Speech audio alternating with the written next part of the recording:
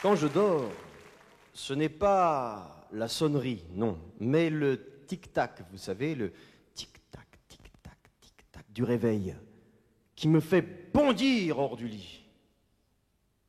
Mais, avant d'enfiler mes babouches, je vérifie toujours qu'un espion de Téhéran n'y a pas glissé 2 tapettes à rats avec mâchoire cyanurée.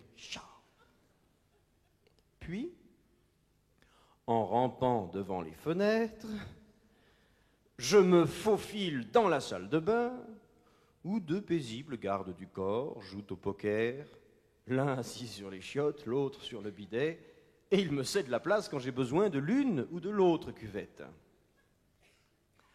Le café, une fois passé, est goûté par un lapin.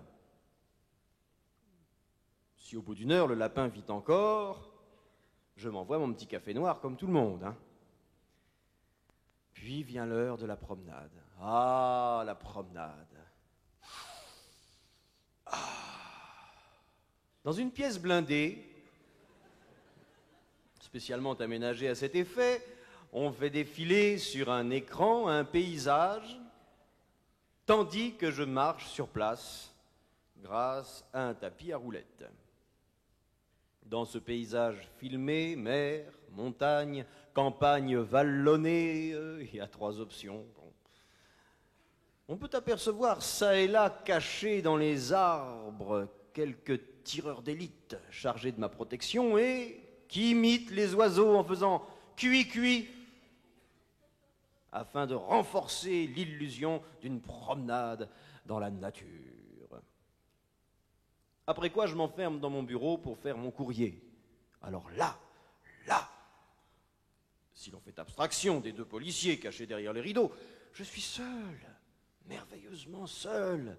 Alors j'écris à ma femme des lettres simples, banales, quotidiennes, dans le genre « Mon amour, quand tu rentreras de week-end lundi, n'oublie pas de porter la voiture à la révision. Je t'aime. » Les lettres sont postées dans une fausse boîte aux lettres directement reliée à une vraie poubelle, parce qu'il y a bien longtemps que ma femme a demandé et obtenu le divorce. La pauvre chérie, elle n'avait pas envie de se faire flinguer pour les beaux yeux d'un blasphémateur. Enfin bon. Puis vient l'heure du déjeuner. C'est celle que je préfère parce que c'est la plus gaie, la plus joyeuse et, comme on dirait dans le jargon d'aujourd'hui, la plus conviviale. En effet, je mange en compagnie de mes 35 gardes du corps, tireurs d'élite et démineurs, tous de joyeux lurons. 2 fois par semaine, une prostituée, les yeux bandés, est introduite dans ma chambre afin de satisfaire mes besoins sexuels. Non sans que le service de déminage n'ait vérifié qu'elle ne dissimule un bâton de dynamite dans un quelconque orifice.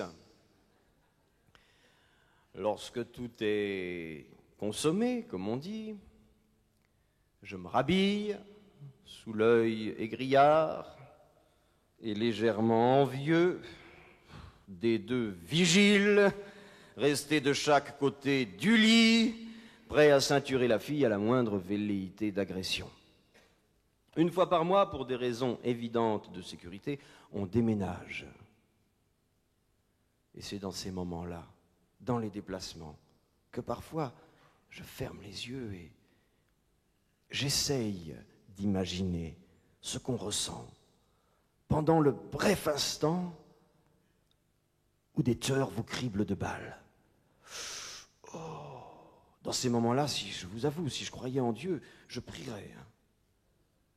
Partout, j'ai peur de croiser le regard fou d'un croyant, le doigt d'Allah sur la gâchette, prêt à me massacrer pour la prime de je ne sais combien de millions de dollars.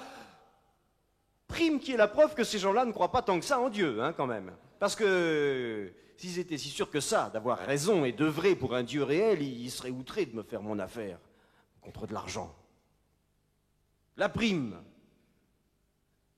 c'est le doute qu'il y a entre Dieu et le croyant, hein. Plus la prime augmente, plus augmente l'évidence que Dieu n'existe pas davantage pour le fidèle que pour l'infidèle. Enfin, quand on y pense, je veux dire. Moi, j'y pense souvent, j'ai que ça à faire. Parfois, je me demande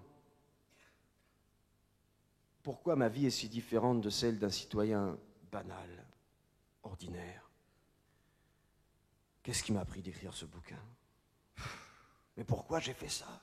Pourquoi j'ai écrit ce roman? Pour voir si la liberté de penser a encore bon pied, bon œil, ou si elle n'est plus qu'un paillasson merdeux sur lequel les diplomates occidentaux s'essuient les pieds avant d'aller boire le thé à la menthe chez les lapideurs de femmes. Mais à quoi sert la vie que je mène? À montrer ce qui risque d'arriver un jour à tous ceux qui pensent encore un peu, au lieu de rester tous les soirs vissés devant leur télévision. Mais à quoi bon? Je n'ai qu'une vie, moi. Le monde entier peut bien crever, mais je m'en branle, moi, je m'en branle, oui, oui, je m'en branle!